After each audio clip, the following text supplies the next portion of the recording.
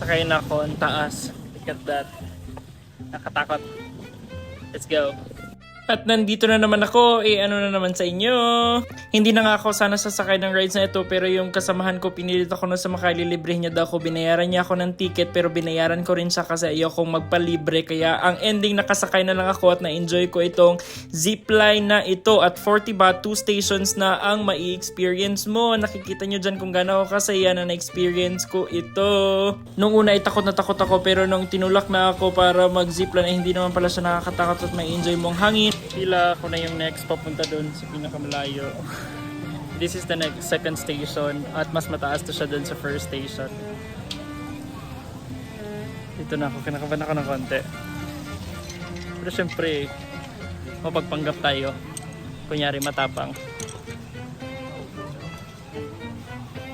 Ito na, kinakabitan ako ng ano ba tawag dito? Harness with protection.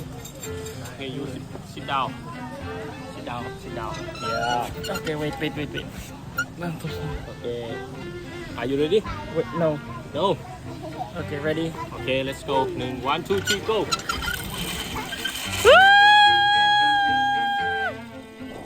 O di ba parang bata lang, wag nating kakalimutan na kahit instrumento tayo sa mga pamilya natin ay magkaroon pa rin tayo ng kasiyahan sa ating mga sarili sa pagtry ng mga iba't ibang bagay.